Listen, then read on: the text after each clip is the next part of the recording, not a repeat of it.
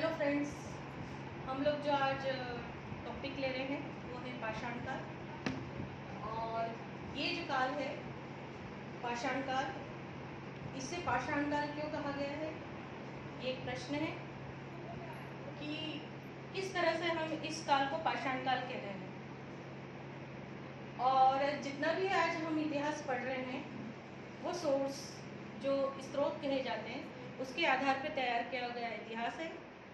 और यह इतिहास जो है हमें साहित्यिक स्रोत, पुरातात्विक स्रोत और विदेशी यात्रियों के वृत्तांत, इन तीन सोर्सेस से तैयार किया गया इतिहास है। इसमें साहित्यिक स्रोत तो वो स्रोत हो गए जो किताबों से लिए जाते हैं, जो किताबें पढ़कर जो हमें साक्ष्य मिलते हैं वो साहित्यिक स्रोत हुए। और पुरातात्विक स्रोत वो होते हैं जहाँ कुछ मॉन्यूमेंट्स हुए, स्मारक हुए, सिक्के हुए और जो कुछ वस्तुएं मिलती हैं उनके आधार पर तैयार किया गया जाता है इतिहास को। और विदेशी यात्रियों के वृत्तांत, जो बाहर से विदेशी आते हैं और जो यहाँ आकर अध्ययन करते थे, लिखते थे, उस एविडेंस से जो हम जो साक्ष्य निकालते हैं उससे इतिहास तैयार किया जाता है। लेकिन बात यहाँ पाषाण काल की हो रही है। तो हम सभी जानते हैं कि पाषाण काल जो ऐसा काल था जिस समय आदि मानव होते थे। आदि मानव वो जो जंगलों में रहते थे, जिनकी कोई सभ्यता नहीं थी, जिनकी कोई भाषा नहीं थी, और उस समय ना लेखन कार्य होता था, और वो लोग जानवरों के साथ रहते थे। हम ये कह सकते हैं कि जानवरों के साथ रह रहे हैं तो जानवर और शिकार करके अपना जीवन यापन करते थे। तो वो जानवरों के साथ रह रहे हैं तो वो एक तरह से जानवर ही है। लेकिन क्योंकि वो है तो मनुष्य, तो उनमें सोचने समझने की क्षमता थी। इस वजह से पाषाण काल हमें प्रकाश में आया। क्यों? क्योंकि मनुष्य के द्वारा जो भौतिक सुख सुविधाएं उसने इकट्ठी करी, उसके साक्ष्य हमें प्राप्त हुए हैं। अब वो साक्ष्य क्या है? वो साक्ष्य है पाषाण उपकरण। और ये जो है हमें लेयर से मिलते हैं। जब एक्सकेवेशन होता है, खुदाई होती है, उत्खनन होता है, तो उसमें जो नीचे की सबसे नीचे की लेयर है उसके द्वारा जो पुरातत्वविद हैं उन्हें ये साक्ष्य प्राप्त हुए हैं, पाषाण उपकरण प्राप्त हुए हैं। और ये पाषाण उपकरण, क्योंकि आप खुद जानते हैं कि जो पाषाण होते हैं वो जब तक मनुष्य द्वारा उसमें हस्तक्षेप नहीं किया जाता या तोड़ा नहीं जाता, तब तक वो पाषाण उपकरण अपनी प्राकृतिक रचना में रहते हैं। लेकिन एक मनुष्य जो है जब उसको अपनी सुविधा के लिए इस्तेमाल करेगा तो वो उसमें कुछ चेंजेस करेगा, या वो एक पत्थर से लेके दूसरे पत्थर को तोड़ेगा, उसको तराशेगा और वो अपने अनुरूप, अपनी सुविधा के अनुरूप उसको उसमें ढाल लेता है। तो जो पाषाण कालीन मानव है ये इसको प्रागैतिहासिक काल का माना जाता है। प्रागैतिहासिक काल मतलब वो काल जहाँ पर हमें कोई लिखित साक्ष्य प्राप्त नहीं है, सिर्फ प्राप्त है तो वो है पाषाण उपकरण या जानवरों की हड्डियां। क्योंकि जो आदि मानव है वो एक यायावर जिंदगी जीता था, गुफाओं में रहता था और शिकार करके अपना भोजन इकट्ठा करता था। उसकी मूलभूत सुविधा जो थी, जो नीड थी, वो सिर्फ शिकार करना होता था। अब क्योंकि वो है मानव, तो वो इस अपनी सुविधा को पूरी करने के लिए क्या करेगा? वो शिकार के उपकरण इकट्ठे करेगा। अब शिकार के उपकरण उस समय, क्योंकि धातु की पहचान नहीं थी, ना लोहा पता था, ना चांदी पता था, कोई भी धातु पता थी नहीं, तो पाषाण जो है वो ठोस पदार्थ होता था और वो उसी पत्थर के प्रयोग से अपनी रक्षा करता था, शिकार करता था। तो उस पाषाण से ही वो किस तरह से अपने शिकार को आसानी से कर सकता है, इसलिए उसने इस तरह की पाषाण की जो कह सकते हैं तकनीकी, पाषाण उपकरण की तकनीकी को तैयार करा था। इसलिए ये पाषाण जो है अलग अलग लेयर से अलग अलग तरह के मिल रहे हैं। तो आइए देखते हैं हम कि पाषाणकालीन मानव जो है प्रागैतिहासिक काल में मानव ने जब पाषाण को उपकरणों के रूप में अपनी सुख सुविधा के लिए प्रयोग करना प्रारंभ किया, उस काल को पाषाण काल कहा जाता है। और पाषाणकालीन मानव आखेट करके अपना जीवन यापन करता था।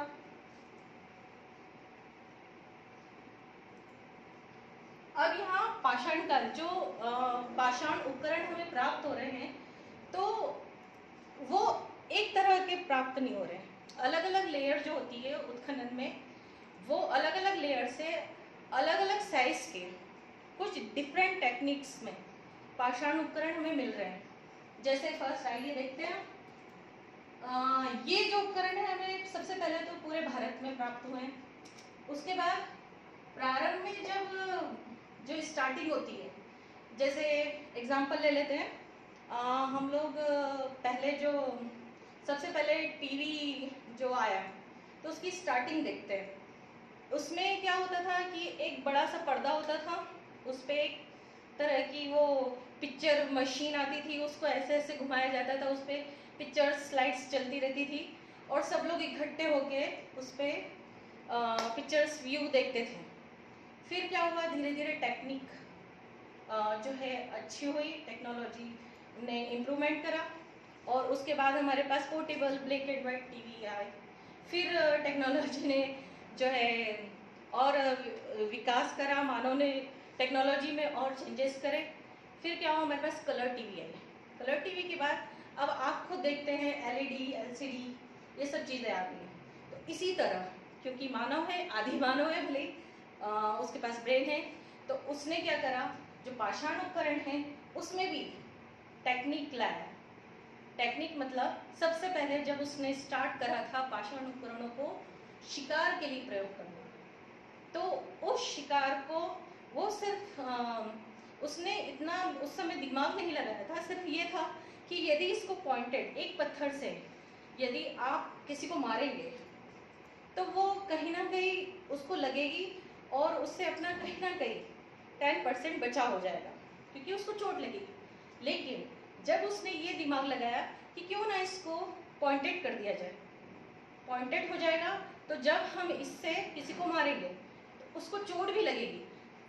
अब क्या होता था, एक कंडीशन ही होती थी, जब ये आदि मानव होते थे और ये लोग उस पत्थर से, क्योंकि नदी किनारे रहते थे, इनको किसी तरह की कोई सभ्यता संस्कृति तो थी नहीं कि वो पानी के लिए बर्तन, पानी स्टोर करने के लिए या खाना बनाना तो जानते नहीं थे क्योंकि शिकार करके कच्चा ही मांस खाते थे। लेकिन जो पानी पीने की व्यवस्था तो चाहिए रहती थी और बर्तन बनाना आते नहीं थे, तो ये क्या करते थे कि नदियों के किनारे ही जहाँ तक भी शिकार करते करते गए और नदी के किनारे ही वहीं पे पेड़ के नीचे कहीं पे भी कंदरा के वहाँ या गुफा में ये सो जाते थे। और पानी की ज़रूरत होती थी तो जैसे नॉर्मली जानवर पानी पीते हैं इस तरह से वो लोग भी पानी पीते थे। तो उस नदी के किनारे रहने के कारण इनको जो पेबल उपकरण होते थे, पेबल पत्थर होते थे, आप लोगों ने देखा होगा, जो इस तरह के बिल्कुल घिसे हुए जो पत्थर आते हैं, शार्प बिल्कुल एक ही शेप में, अंडे के जैसे आकार वाले, वो नदियों के किनारे नॉर्मली पाए जाते हैं। अब ये जो पत्थर होते थे ये इनके औजारों के लिए, उपकरणों के लिए बेस्ट माने जाते थे। अब ये इनको ही प्रयोग करना सीख गए थे। इन्हीं पत्थरों से, एक पत्थर से दूसरा पत्थर लेकर, देखिए मैं बताती हूँ आपको,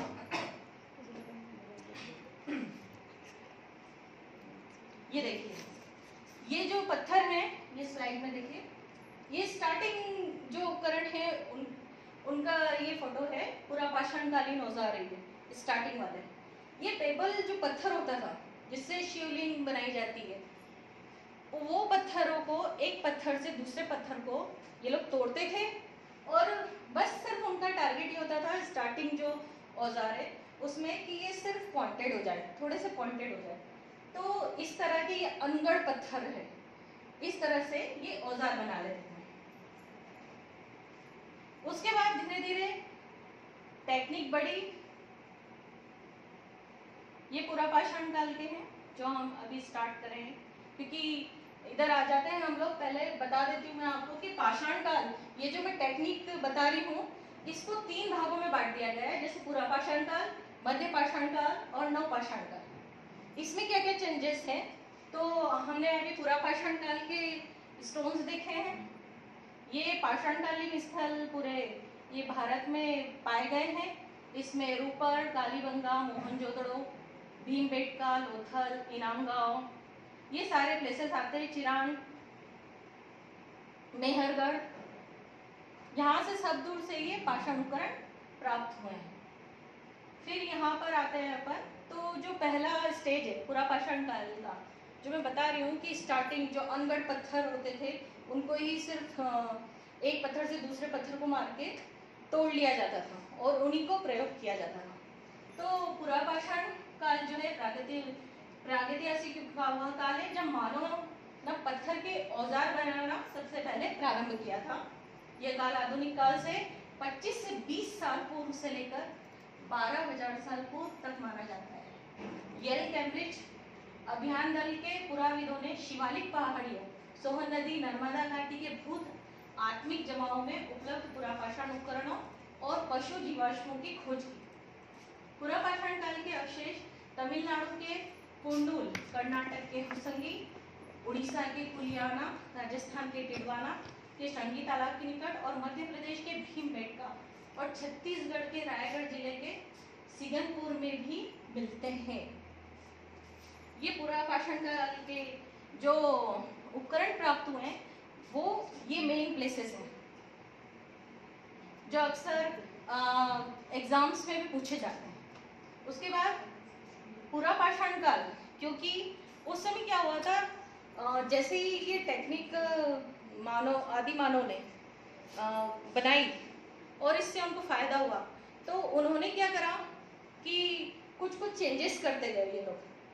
उस जो चेंजेस है वो अलग अलग लेयर से मिल रहे हैं।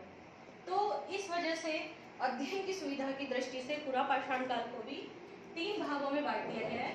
निम्न पूरा पाषाण काल, मध्य पूरा पाषाण काल और उच्च पूरा पाषाण काल।